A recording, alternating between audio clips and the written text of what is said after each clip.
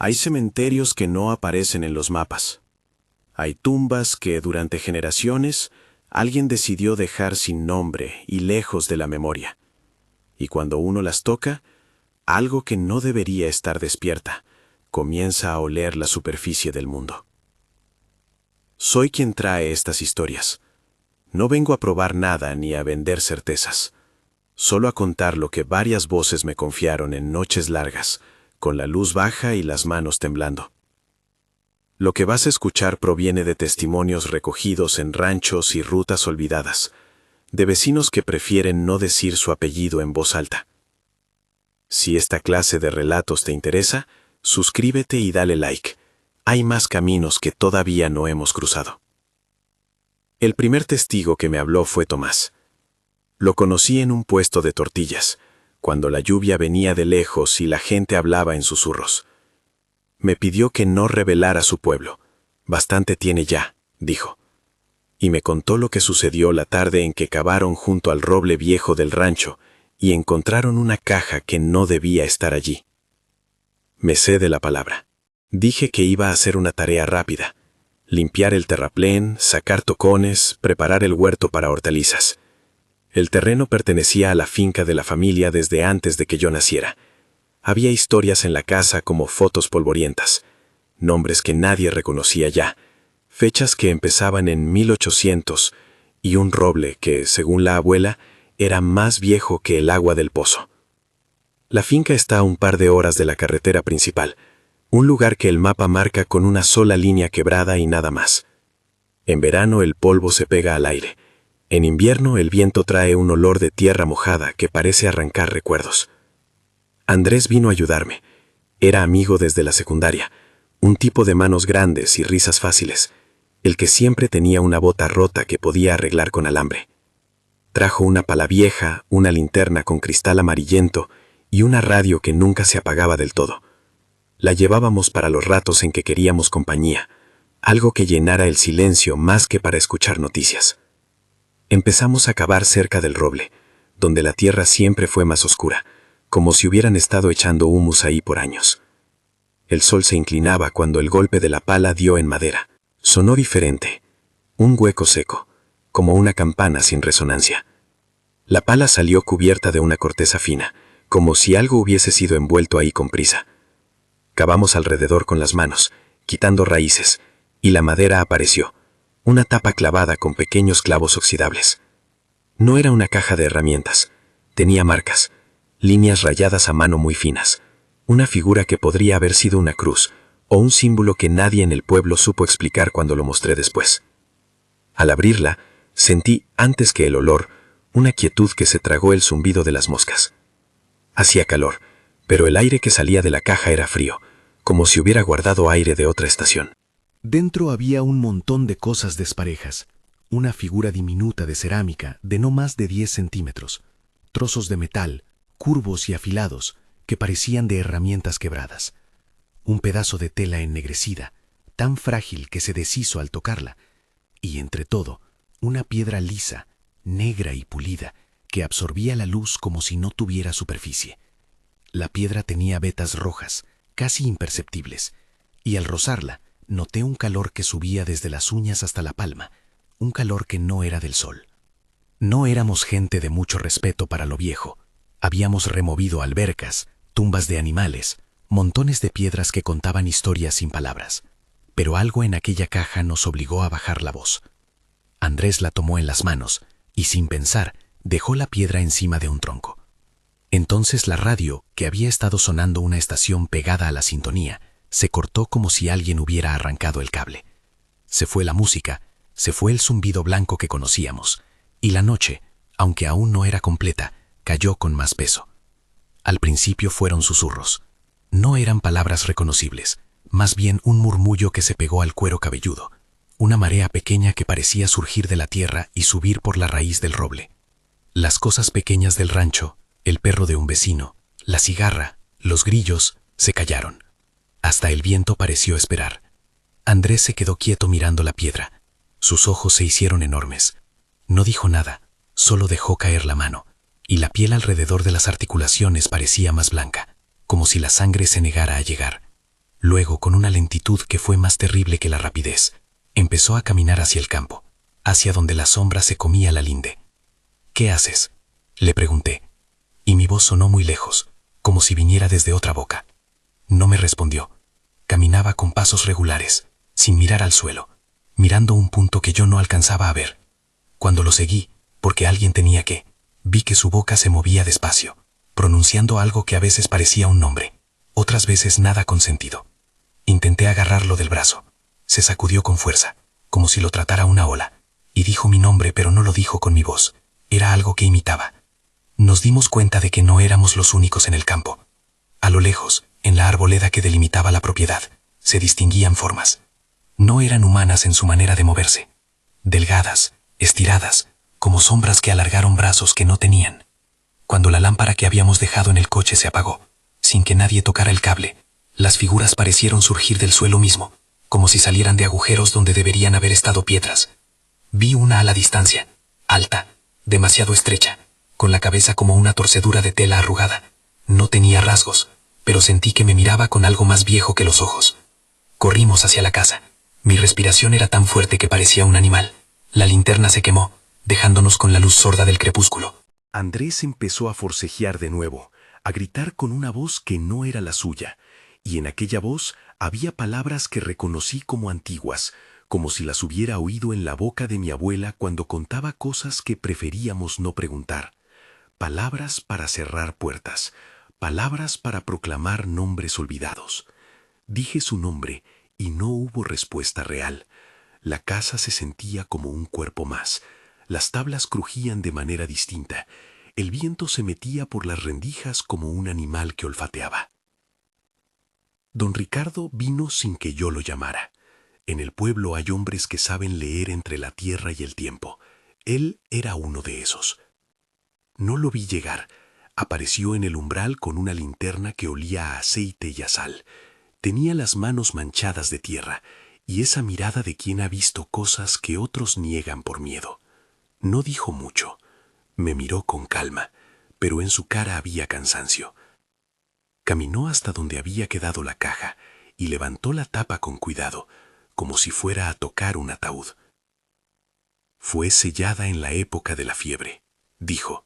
Su voz no tembló, pero se notó que hablaba para recordarse a sí mismo. Aquí hubo entierros a escondidas, cuerpos que nunca tuvieron nombre ni misa.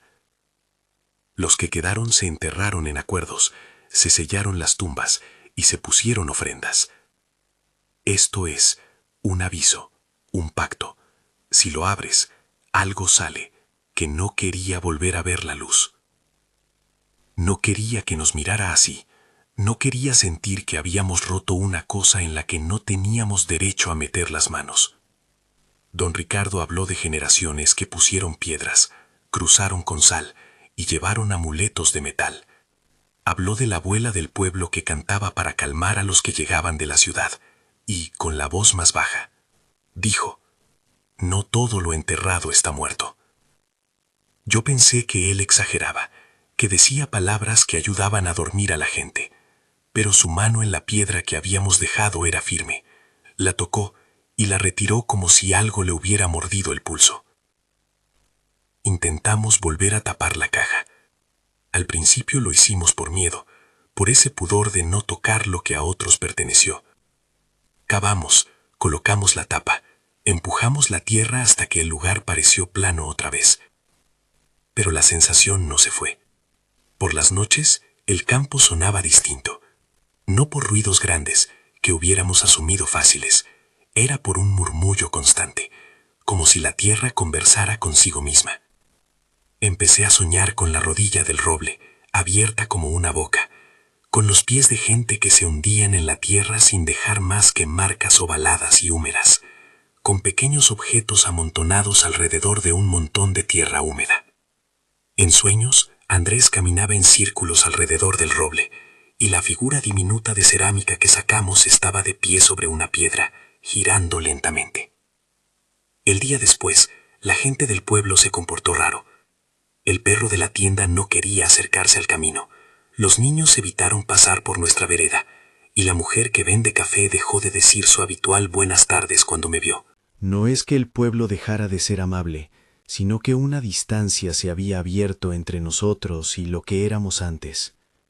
Yo regresé al rancho para ver si al menos Andrés estaba bien. Encontré la puerta entreabierta y dentro rastros, pequeñas cosas fuera de lugar, un vaso volcado, migas de pan que parecían moverse hacia la pared, como si una corriente de aire invisible existiera dentro de la casa. No había huellas humanas que siguieran el patrón, solo unas marcas que parecían quemaduras superficiales sobre el suelo de la cocina, como si alguien hubiera pasado muy cerca con la mano y dejado una sombra. Andrés no estaba. La radio se encendía y apagaba sola, a intervalos, como si alguien buscara una estación concreta. A veces, cuando la dejaba en silencio, escuchaba un murmullo parecido a rezos. No eran oraciones de la iglesia, eran repeticiones de nombres que no reconocía. Pregunté por él en la cantina. Algunos dijeron que lo vieron caminando hacia el arroyo, otros que estaba en la ermita, hablando con la imagen del santo como si fuera alguien de su familia. Nadie supo decir qué voz era la suya la última vez que la tuvieron frente a ellos. Les conté a los que conocía la historia de la caja. Algunos fruncieron el ceño y me dijeron que la tierra tiene memoria, que hay cosas que deben quedarse donde están. Don Ricardo me ofreció un vaso de tequila y me habló de los cementerios que no figuran, de aquellos panteones que la gente enterró con prisas para no llamar la atención y luego selló, donde yacían quienes fueron marcados por necesidades que la historia no quiere nombrar, una epidemia, un motín, un crimen silenciado. No eran mujeres de iglesia ni hombres de plaza, dijo, eran nombres que dijeron y luego nadie recordaba. Dijo también que esas tumbas son una línea en la que el mundo se dobla y que si alguien remueve lo que fue colocado como guardia, lo que viene no es amable.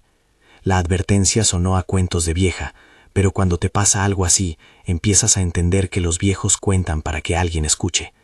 Los habitantes habían dejado ofrendas, monedas clavadas en la tierra, figuritas como la nuestra, piedras bruñidas, cosas pequeñas que, según decía la gente, se ponían para que los olvidados no vinieran a pedir su lugar, para que la angustia se quedara donde tenía que quedarse. Nosotros habíamos tomado una de esas guardias y la habíamos traído a la luz. Esa noche volví al rancho a intentar cerrar bien la puerta del todo y, si era posible, hablar con Andrés. La luna estaba delgada, apenas un rasguño en el cielo. Me senté en la sala, encendí una vela con la intención de esperar. No quería dormirme. En la cocina, sobre la mesa, la piedra negra parecía más oscura por el resplandor de la vela, como si hubiese tragado la llama. No pude dejar de mirarla. Me acerqué para tocarla y sentí algo, una presión leve, como si la piedra respondiera a mi tacto con un hálito. Mis dedos se humedecieron, pero no encontré agua. Fue una sensación pegajosa, como si la superficie exhalara una niebla. Retrocedí. Un viento frío atravesó la casa como si alguien hubiera abierto un gran portón. A la madrugada, cuando la ciudad aún no había despertado, oí la voz de Andrés en el porche. No era su voz habitual, era rasposa, arrastrada, con una cadencia que me daba vueltas en la cabeza. Salí sin pensar y lo vi al pie del roble, parado frente al lugar donde habíamos enterrado la caja. Tenía las manos quietas, pegadas a los costados, la cara vuelta hacia la tierra. No caminó, no habló, se limitó a quedarse ahí, y de su boca salía una frase que se repetía como una plegaria rota. «Déjenme volver a casa». Me acerqué, traté de tocar su hombro, pero mis dedos pasaron a través de algo que pareció oscilar entre su ropa y el aire. No fue un golpe físico, fue como si hubiera una hoja de agua muy fina que separara mi mano de su cuerpo. Fue entonces cuando lo vi. A lo lejos, bajo el roble, algo brilló. No era la piedra, era un brillo que ascendía desde la misma tierra, como si una moneda hubiera sido lanzada al aire y rebotara para caer dentro del suelo. Las sombras se alargaron, parecieron abrirse como rendijas y de ellas salieron pequeños fragmentos de luz, como ojos minúsculos que me miraban. Andrés comenzó a hablar con una voz que a veces era la suya y a veces no. Nombró a personas del pueblo que hacía años habían muerto, a nombres que solo existían en placas que nadie había lavado. Dijo lugares, fechas, promesas que nadie había hecho. Intenté jalarlo, gritar algo, La tierra alrededor del roble crujió y las raíces parecieron tensarse, como si el árbol respirara por debajo. Fue una fuerza sutil y firme a la vez. No te derriba, te persuade. Una vez que te convence de que aquella es la verdad, te quedas. Traté de introducir la pala, de romper la superficie, de enterrar la piedra de nuevo, como si con la acción física pudiera devolver el orden. Pero cada golpe de la pala vino con un sonido adicional, una resonancia en los huesos, como si algo dentro del suelo respondiera en un compás. Y entonces sucedió lo que nadie quería que pasara. Andrés, con los ojos en blanco y la boca torcida en algo que era una sonrisa, se giró hacia mí y pronunció mi nombre. No con mi voz, me repito, con algo que lo imitaba. Dijo que debía abrir la puerta. No supe qué puerta, ni cómo podía una puerta existir en un campo, pero en su voz había certeza, y en esa certeza había hambre. Lo agarré y traté de arrastrarlo hacia la casa. Él no resistía, pero sus pies tenían raíces que se pegaban al suelo. Cada paso que quería dar, la tierra le oponía una respuesta, como si estuviera ligada a un contrato que el tiempo había firmado con nosotros sin permiso. Fui corriendo al pueblo a buscar a don Ricardo. Cuando volví con linternas, con gente del pueblo que se había despertado por mis gritos, el campo estaba distinto. Las marcas de nuestras palas estaban. Sí. La caja no estaba. También. Lo que tocaba la tierra ahora eran pequeñas señales, líneas que se podían trazar entre piedras de colores que antes no estaban, dispuestas con una precisión que parecía una escritura, y en el centro un montículo más pequeño, casi una protuberancia, con un olor que no supe describir sin usar palabras que hubieran devuelto náuseas a mis familiares. No había nadie, ni sombras ni la figura delgada que hubiera visto. Andrés tampoco estaba. Dejó un rastro, pero era como si alguien hubiera borrado la huella con las manos. Buscaron en las linderas, en la bodega del vecino, en la acequia. Preguntaron al río si las corrientes podían haberlo llevado, y el río solo respondió con su rumor, que no dice más que su rumor. La policía pasó, tomó notas de una manera tan correcta que en cualquier otra circunstancia me habría sentido aliviado. Pero allí, entre la seriedad administrativa y la textura del suelo removido, quedó una sensación de que algo se había movido de sitio y había dejado un hueco que nadie iba a llenar. Durante los días siguientes, el pueblo empezó a cambiar en pequeños detalles que eran, sin embargo, alarmantes. La gallina del señor Manuel puso huevos demasiado oscuros.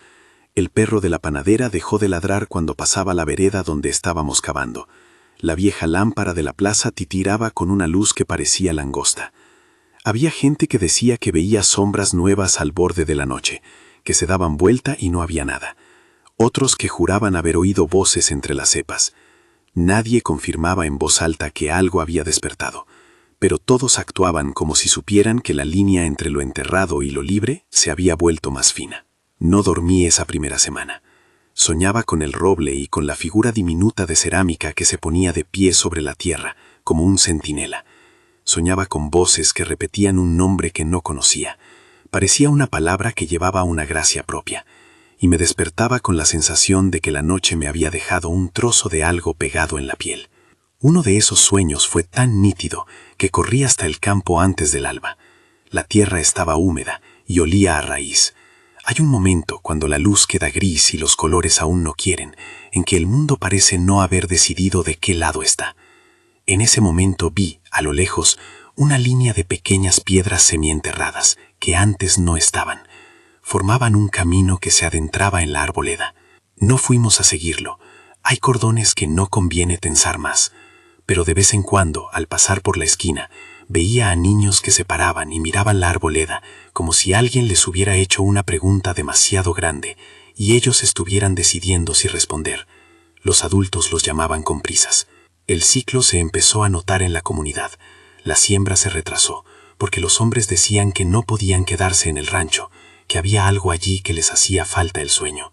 Las mujeres que antes lavaban ropa en la acequia trajeron la tarea a casa, porque afirmaban que al cantar a la tarde, las voces se mezclaban con su canto, y no sabían si lo que salía de sus bocas era suyo o de la tierra.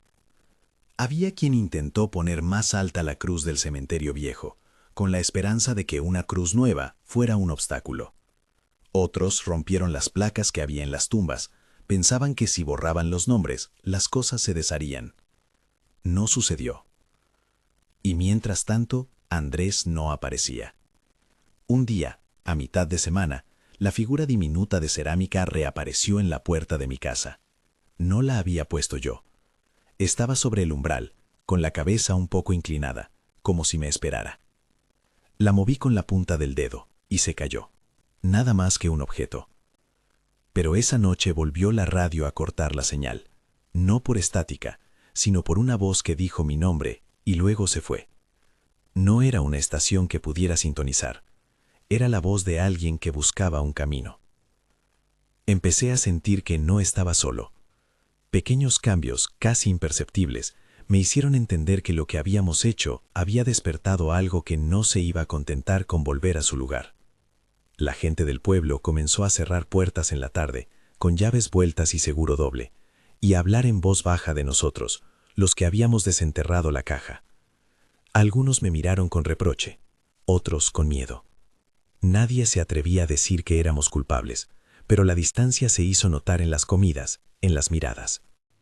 En una de esas tardes, don Ricardo vino a mi puerta y me habló como un hombre que ya se había cansado de advertir sin que lo escucharan. «Hay cosas que están para sostener el equilibrio», me dijo, y su voz fue tan neutra que me dio más miedo aún.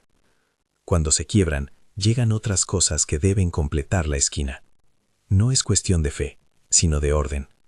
Si una generación decide limpiar de memoria, otra ha de pagar la cuenta. Me miró y añadió, como quien cierra un trato que no gusta, que deberían dejar el asunto para los que sabían, no para hombres con palas, sino para los hombres y mujeres que guardaron palabras antiguas, para quienes habían sido depositarios de esos oficios. No hubo autoridades que supieran, no hubo rezos que arreglaran la inquietud.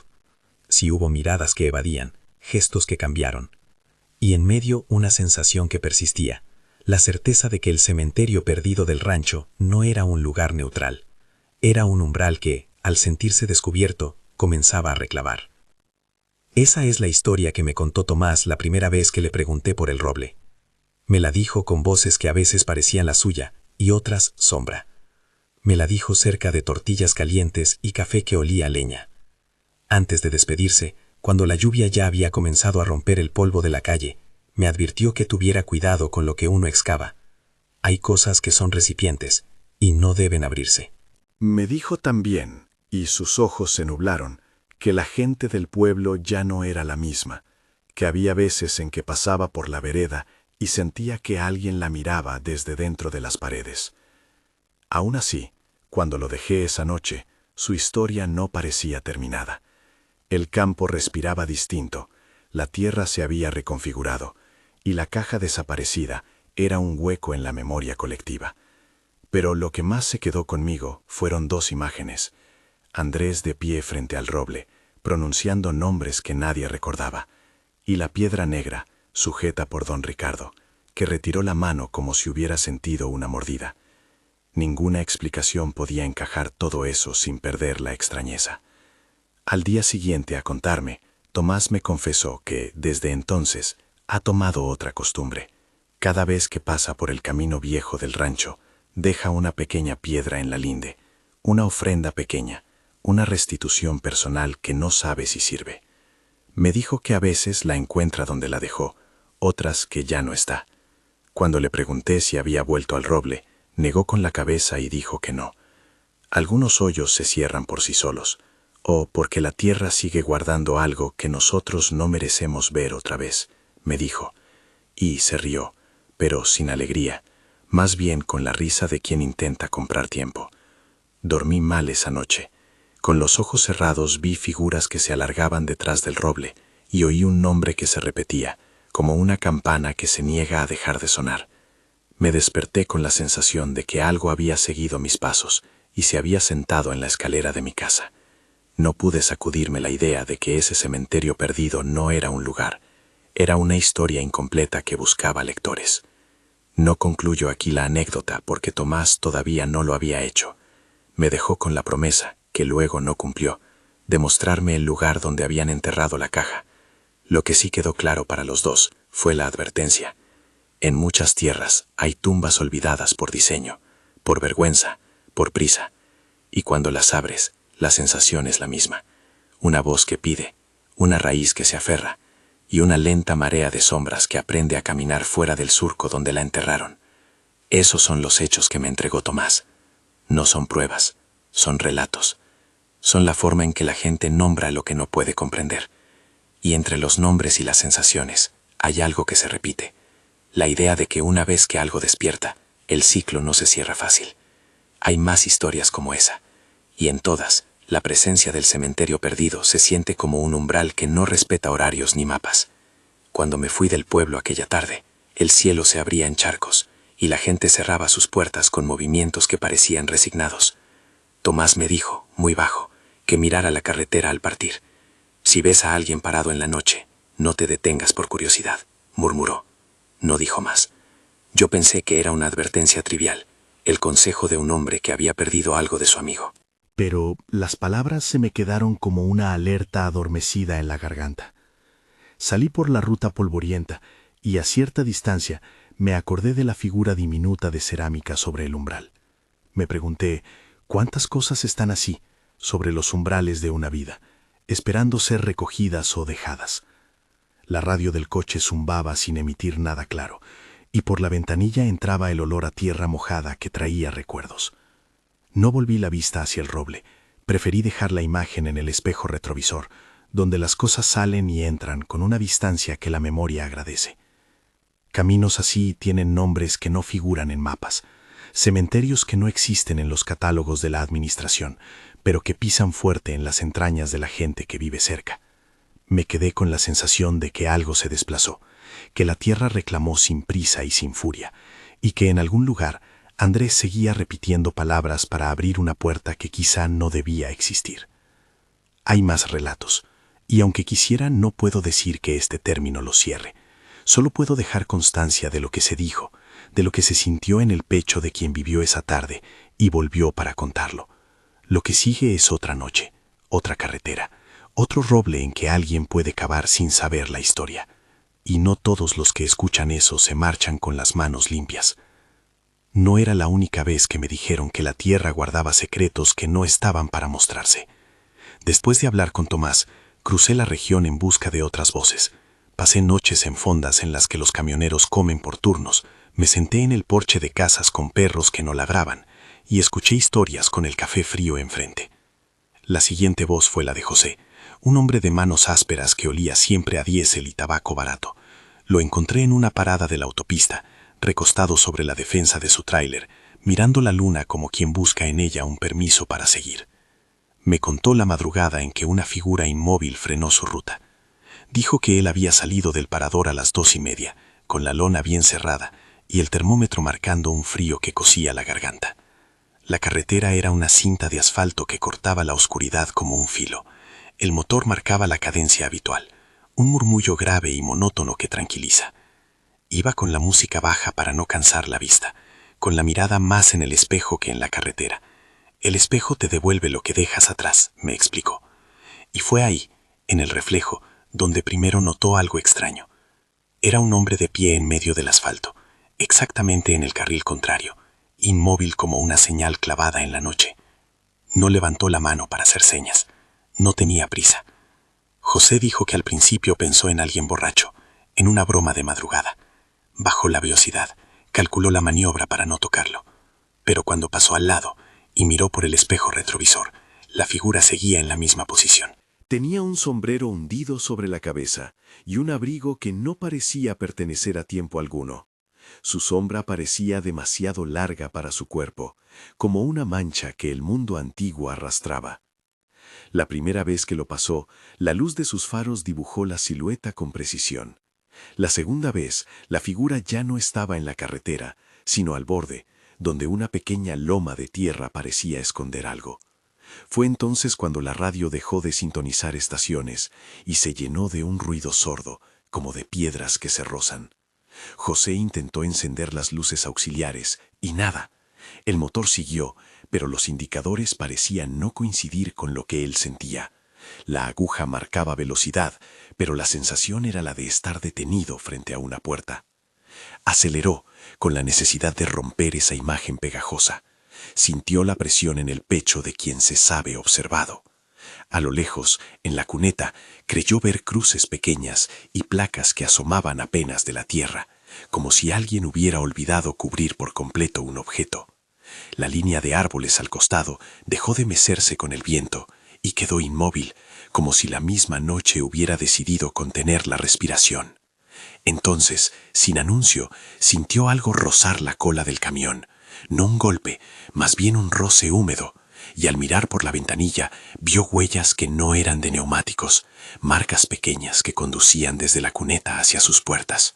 Intentó cambiar de carril, pero la dirección se trabó por un segundo que le pareció eterno. Una voz, o un sonido imitando voz, salió de la radio como si hubiera alguien al otro lado, buscando una frecuencia que coincidiera con su nombre. Lo llamó por su nombre completo. No dijo de quién era la voz, dijo solo que conocía la forma de su nombre, la forma en que sus padres lo habían dicho cuando era chico. Los cristales de la cabina vibraron con un timbre fino. José puso el retrovisor en su sitio y por costumbre miró otra vez detrás. La figura estaba más cerca, a mitad de la cuneta, y a su alrededor había placas oxidadas semienterradas, pequeñas lápidas sin cruz, nombres desgastados que apenas reivindicaban la existencia. Rápido, buscó una salida. No podía dar marcha atrás en una autopista en pleno llano. Decidió seguir adelante hasta el próximo parador. Tal vez, pensó, si salía de la zona, la sensación se iría. Pero a pocos kilómetros, la carretera perdió su trazado normal. El borde donde debía estar una señal de límite quedó cubierto por algo parecido a un muro de niebla que le aprisionó la vista. El camión pareció aceptar la dirección que la niebla dictaba. Cuando por fin emergió, lo hizo en un lugar con un claro diferente, con una placa al lado de la ruta que apenas se insinuaba entre hierbas. Una pequeña inscripción decía, con letras corroídas, que aquello era Panteón de la Verega Vieja. No aparecía en mapas. Nadie en las gasolineras del tramo reconocía el nombre. Allí, la cuneta era una mezcla de arena y tierra, con cruces en lo alto que no coincidían con los cementerios habituales. Un olor a agua estancada y a flores viejas llenaba el aire. José contó que la primera sensación fue la de estar en el borde de un lugar que guardaba esperas. No vio gente, pero sintió que lo observaban. Fue entonces cuando escuchó claramente, sin intermediarios, una voz que le dijo: «Nunca escaparás». Recuerda que su mano apretó el volante hasta sentir que los nudillos le palpitaban. No fue una amenaza melodramática, era una afirmación, como quien dictamina una ley que ya estaba escrita. No entendía si hablaban con él o con el camión. Por instinto, encendió el registro del motor para dejar una señal. Cuando al día siguiente mostró esa marca a otros camioneros, notó que había una pequeña hendidura en el metal, una marca circular oscura que no estaba antes, un símbolo que parecía haber sido quemado con algo caliente, pero no había hollín. Algunos dijeron que era por el roce con una piedra, otros que era una inscripción, una letra muy fina. José la miraba con desconfianza, como si esa señal marcara no solo su tráiler, sino también aquello que podría seguirle. La gente que lo escuchó no supo qué hacer. Unos lo tomaron por un hombre que había visto demasiadas rectas sin dormir, otros por alguien que había tocado, sin querer, la frontera entre la carretera y el cementerio olvidado que mora al costado de muchas rutas. José siguió conduciendo, porque el trabajo no perdona, pero admitió que la noche para él cambió. Dijo que ahora evita ciertas rectas, que su mirada pesa en los espejos de una manera nueva. Confesó también que a veces despierta con una sensación de arenas en la garganta, como si una playa le hubiera dejado un residuo. Lo más inquietante fue que, en las noches de lluvia, cuando su camión cruza por ciertos tramos antiguos, la radio a veces resuena con nombres efímeros que se parecen a nombres de personas que estuvieron enterradas junto a la ruta, y siente que alguien, lejos, sigue conteniendo la respiración. Poco después del incidente, intentó hablar con su jefe. «¿No te parece que deberías descansar?», le sugirió, pero José respondió que no era cansancio, era otra cosa, un miedo antiguo que no anuncia con sudor, sino con la certeza de haber pasado por un umbral. Dijo que hay tramos en las rutas que los camioneros no mencionan en los mapas, los llaman los olvidos. Son lugares donde las señales derretidas no indican límite de velocidad, sino límite de mundo. En uno de esos olvidos, aseguró, hay lápidas hechas con tablas viejas y con latas clavadas que sirven de cruz. Son nombres que nadie reclama, y por esa razón la tierra los guarda de maneras que frecuentemente se confunden con superstición. El comportamiento de José cambió sutilmente. Empezó a dejar pequeñas ofrendas en la guantera, una moneda, un pedazo de pan, cosas que parecían intrascendentes, pero él aseguraba que calmaban la radio. No quiso explicarme qué hablaban esas radios. Dijo que no había conversación como tal, era más bien un eco que devolvía el sonido de tu propio nombre con una cadencia diferente, y si uno insistía, la voz te ofrecía cosas que no pedías, recuerdos que no te pertenecían, rostros difusos de ancestros que nunca conociste. Cuando te llaman, me dijo con la mirada dura, no es para darte la bienvenida, es para recordar que algo quedó pendiente en el borde de la carretera. Contó también que un conductor joven, colega suyo, se negó a pasar por una recta y perdió el trabajo por eso. Tenía miedo de la figura del sombrero. Otros, en cambio, no hicieron caso y volvieron a casa con marcas en la piel que se desvanecían al cabo de meses. En el cuartel de los de la vía, la gente circula historias deprisa. Si alguien trae una pegatina en el parabrisas con un símbolo raro, algunos lo leen como signo de que tuvo un encuentro. Esas historias circulan, se contaminan unas a otras, se vuelven leyenda de carretera. Pero José jura, y su voz tenía la firmeza de quien ha visto lo mismo muchas veces en sus años de ruta, que no es folclor simple. Hay lugares al borde que recuerdan y vuelven a llamar. Lo que me dejó José, además de su marca en el metal, fueron noches en las que imaginé mi propia cara en el espejo retrovisor. ¿Qué vería allí si me detuviese? Su relato me dejó con la sensación de que las carreteras no solo conectan pueblos, a veces conectan cosas que el mundo civilizado intenta enterrar. Me habló de cruces en cunetas que no figuran en catálogos y de placas gastadas que solo se reconocen al abrir la lluvia.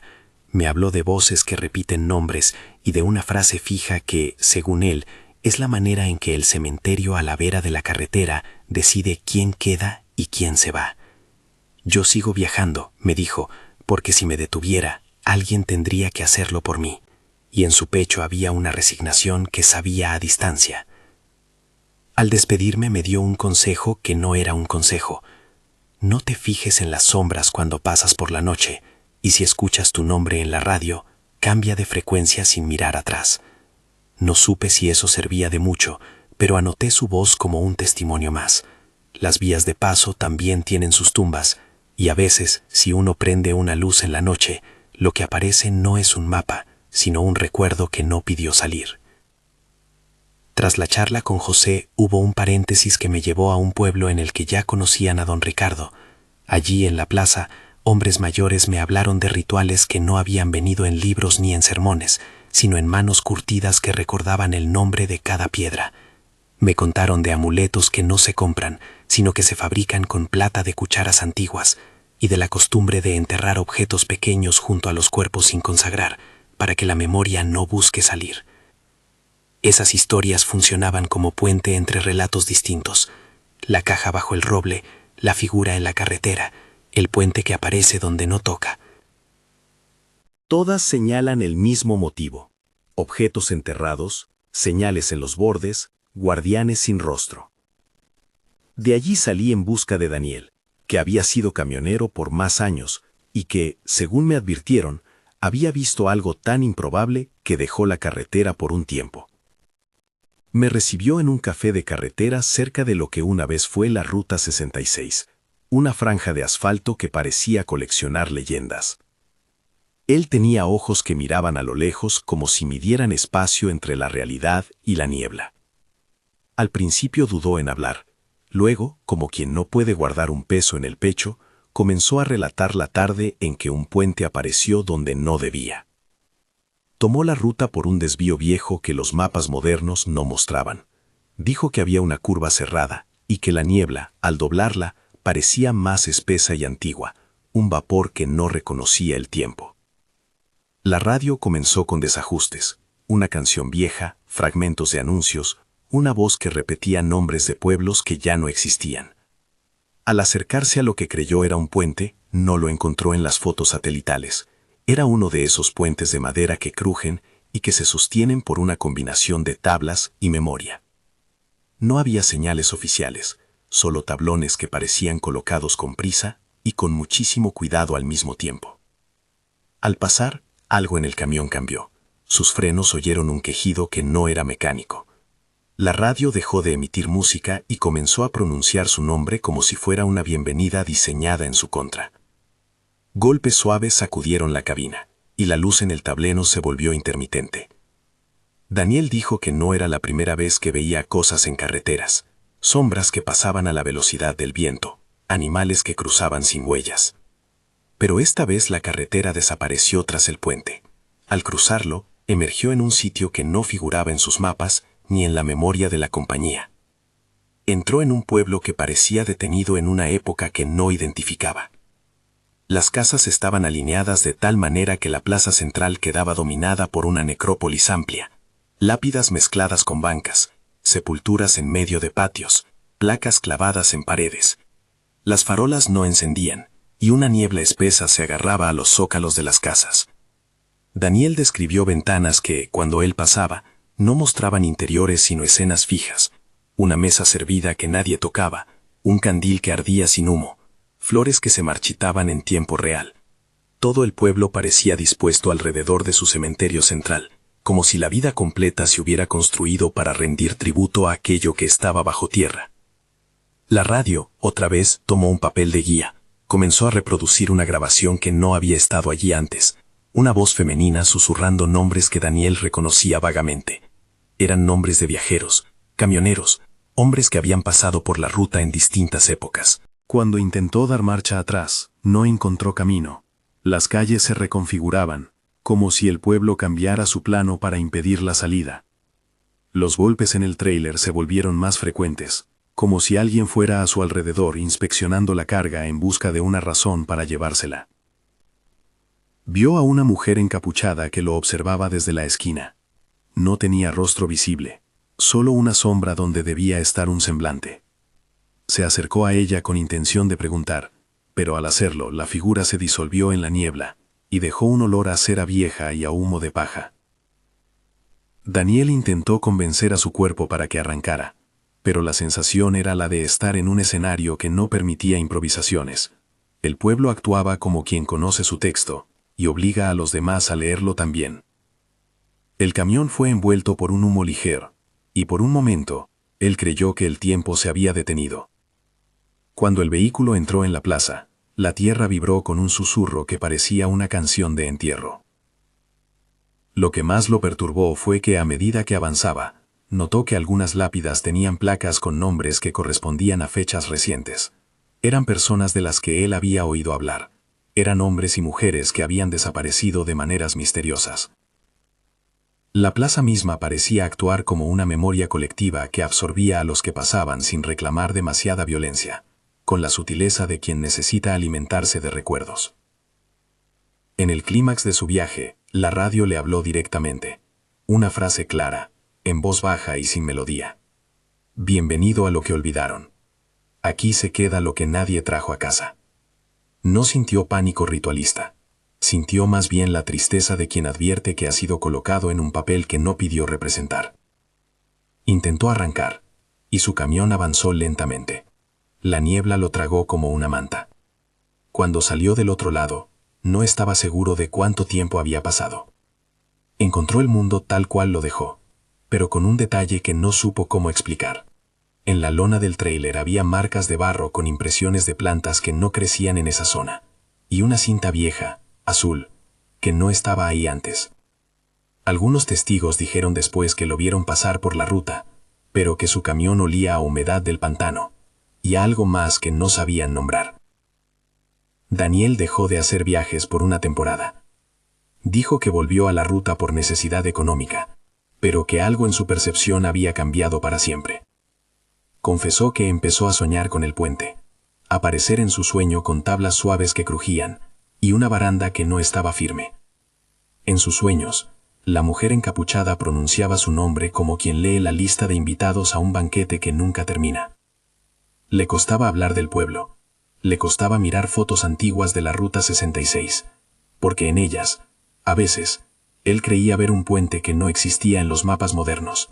Cuando intentó reportar su experiencia a la compañía, el jefe le dio una palmada en el hombro y le dijo que todos los conductores ven cosas raras de noche, que el cansancio juega trucos.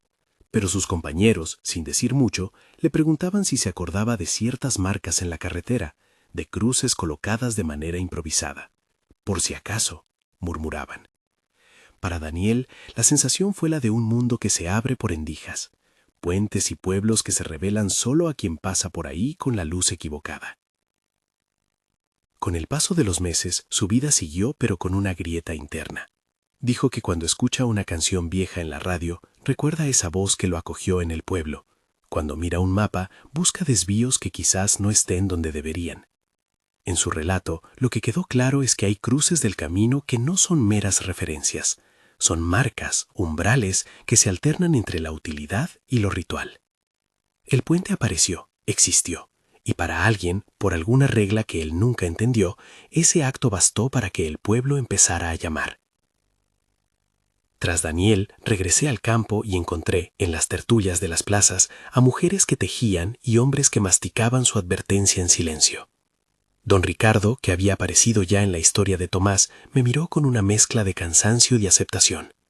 Lo que se sospecha es lo mismo que se teme, dijo en voz baja.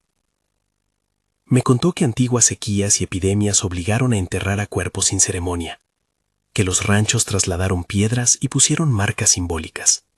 Las almas no siempre se van, añadió con la convicción de quien ha visto este juego más de una vez.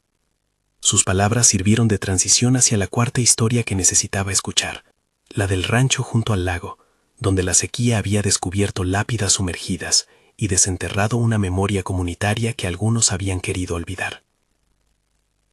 Esa historia, me advirtieron, no la contaba cualquiera. Fue un joven del lugar, un muchacho que había tomado el rancho de su familia tras la muerte del tío, el que me escribió una nota por debajo de la puerta de la iglesia local.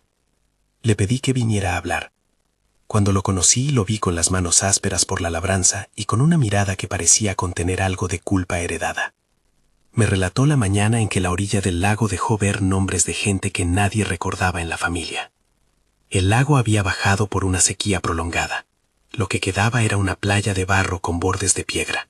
Allí, a ras del agua, aparecieron lápidas que antes dormían bajo la capa húmeda. Eran losetas pequeñas, con fechas muy antiguas. Nombres que en una genealogía familiar no tenían eco, familias que habían vivido en el rancho antes de que la escritura del catastro llegara. Otros susurraban que hubo un episodio de violencia que nadie quiso registrar con el peso de un acta. El joven, cuyo nombre no reveló por su pedido, dijo que empezó a remover la orilla para limpiar malezas y se encontró con una placa de hierro clavada en el lodo, con una inscripción casi ilegible.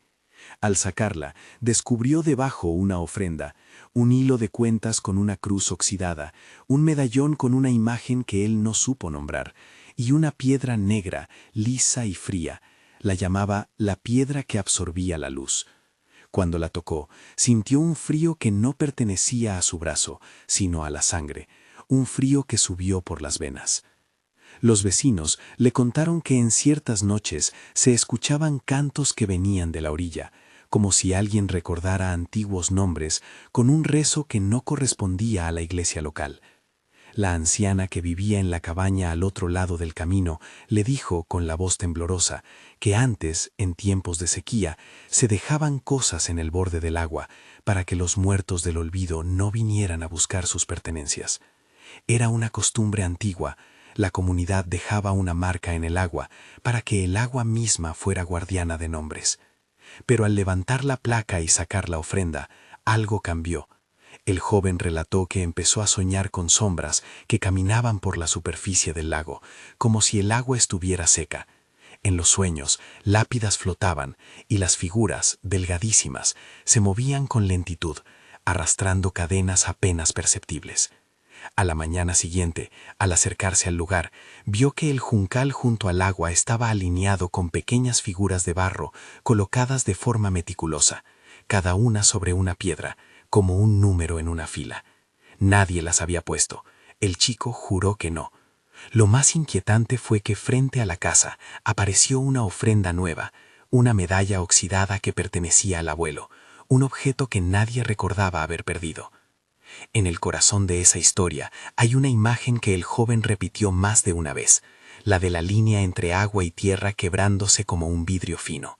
Un día, cuando intentó mover una losa que sobresalía, sintió un tirón en la mano que no era muscular. Era como si un peso antiguo respondiera.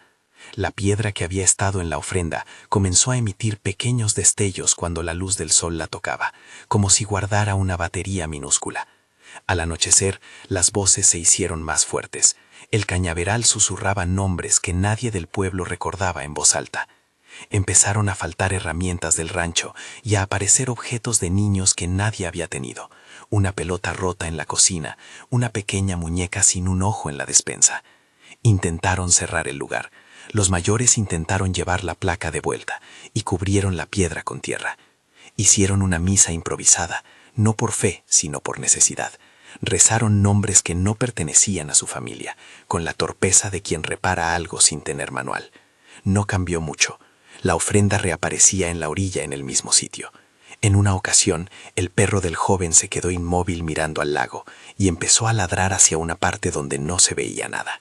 Cuando fueron a ver, hallaron marcas en el barro como si pies pequeños hubieran caminado por la superficie, salpicando hojas.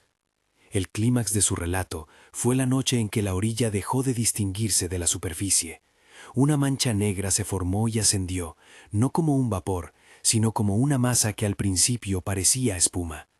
De esa espuma surgió algo que no llegó a definirse como figura humana.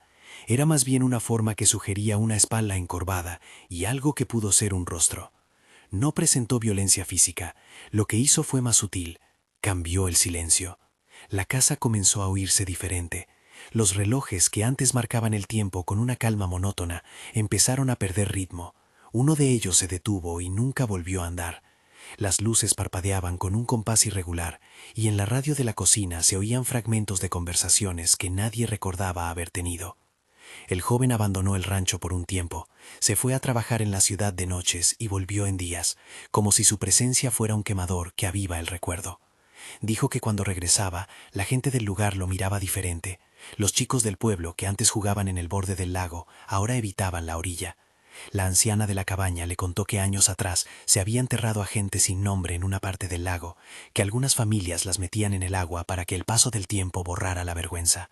La memoria se nos fue por el agua, le dijo la vieja, pero el agua no siempre acepta olvido. Desde entonces el rancho quedó marcado, no de forma espectacular, sino en pequeños detalles persistentes. Las maderas de la puerta se inflaron y encogieron con ritmos que no coincidían con las estaciones. Las camas crujían a horas en las que nadie se movía. A veces se escuchaba, lejos, un canto infantil que se apagaba a la distancia. El joven intentó modernizar la orilla, contrató maquinaria para remover el barro, para nivelar la playa. Al día siguiente encontró amuletos creados con partes de su propia casa, clavos doblados, trozos de cuerda que antes estaban en el granero. No investigo ni apunto a saber si todo eso tiene una explicación lógica. Cuento lo que me dijeron. Hombres y mujeres que vieron cómo un lugar que creían perdido volvió a nombrarse. Si hay un hilo que une todas estas historias, la caja bajo el roble, la figura en la carretera, el puente que no debía, la orilla del lago, es un principio sencillo y terrible. Al remover el silencio de un enterramiento que la comunidad decidió mantener en penumbra, se despierta algo que insiste en reclamar su lugar. No siempre lo hace con furia, a menudo lo hace con paciencia, con la persistencia de la memoria que, al no ser atendida, se vuelve molesta. Allí donde hubo acuerdos por urgencia o vergüenza, sepultar sin ceremonia o esconder nombres, la tierra parece aprender un modo propio de pedir justicia, en la forma de sonidos, en el retorno de objetos, en la aparición de figuras que no respetan el trazado de la cartografía civilizada. En varios pueblos intentaron reparar lo ocurrido. En uno de ellos trajeron a un hombre que conocía rituales antiguos, un quipo que no pedía botas nuevas, pero que guardaba manos arrugadas que sabían decir palabras que los demás olvidan. Con él hicieron propuestas: regresar los objetos, quemar ciertos documentos, poner cruces de madera con nombres. En otros lados la respuesta fue más práctica: rellenar con cemento, edificar un muro para bloquear la mirada. Ninguna solución fue universal ni definitiva. Hay, sin embargo, una constante que resaltó en mis encuentros: Las comunidades que reconocen el daño y lo nombran, aunque parcialmente, parecen contener mejor la intensidad de lo que despierta. No es que cierren el problema, es que lo contienen con formas socializadas, historias que se cuentan para que alguien las escuche y tome su lugar. En una de las plazas, un viejo me dijo algo que me quedó. No se trata solo de enterrar cuerpos, se trata de enterrar lo que no supimos arreglar. Si no lo nombramos, la tierra lo nombra por nosotros. Esa observación me pareció un resumen triste y agudo. La memoria comunitaria, cuando es rota por la prisa o la vergüenza, encuentra formas de volver y pedir cuenta. Al terminar mis entrevistas, volví por la ruta con la sensación de que cada lugar tenía su manera de reclamar. Me quedé pensando en las ofrendas pequeñas que la gente ponía en los umbrales, una moneda, una figura de cerámica, una piedra oscura. Son señales humildes, insignificantes quizá, pero muchas veces suficientes para marcar una línea entre lo que se recuerda y lo que no. La figura diminuta que aparecía en el umbral de la casa de Tomás, la piedra que brillaba con vetas rojas, la placa semienterrada en la cuneta, la piedra de la orilla del lago, todos fueron catalizadores. Parecen objetos inocentes que, al exponerse, funcionan como un imán para la memoria que busca volver a su lugar. No puedo afirmar qué son esas presencias, ni cuál es la naturaleza exacta de las voces que se oyen en radios o en el viento. No voy a decir que son espíritus en sentido dogmático, ni demonios ni fantasmas con fichas en un registro. Lo que sí puedo decir con cierta certeza narrativa es que cuando un pueblo deja un cementerio fuera del registro, ya sea por vergüenza, por prisa o por miedo, lo que se hace es abrir una herida que exige ser vista de alguna manera. Y a veces la respuesta viene en la forma de figuras en las carreteras, de puentes que no están en el mapa, de cajas enterradas que se abren y devuelven objetos, o de orillas que, al bajar el agua, muestran placas con fechas olvidadas. A quienes me contaron estas historias los vi cambiar. No por tragedia necesariamente, sino por una fatiga nueva. Ojos que vigilan, manos que devuelven piedras a sus lugares, gestos que antes eran indiferentes, ahora son cuidados. En cada caso, la comunidad reaccionó de formas distintas, pero hubo una reacción conjunta, la necesidad de nombrar. Porque al final, quizás no es tanto el objeto lo que daña, sino el silencio que lo rodea. Es en ese silencio donde las cosas se convierten en heridas. Al cerrar mi libreta con todas estas anotaciones, pensé en las rutas que aún no había cruzado y en las tantas plazas en las que nadie me había abierto la puerta. Pensé en la advertencia de Tomás, en las recomendaciones de José, en la niebla del puente que vio Daniel y en la orilla que reclamó el lago. Sentí que había seguido un hilo que me conducía de marcadores a marcadores, y que en cada uno, la línea entre lo que estaba enterrado y lo que se decía en voz alta, se fue afinando hasta volverse casi una costura. Me fui con la sensación de que el mundo está atravesado por cementerios que no figuran en los planos oficiales, que forman una cartografía en susurros. Si tienes una leyenda local parecida o conoces un lugar que el mapa no reconoce, compártelo abajo. Hay historias que necesitan oídos, tanto como el silencio necesita una pausa. Suscríbete si quieres que siga recogiendo relatos como estos y compártelos con alguien que quizá conozca algo que yo no supe preguntar.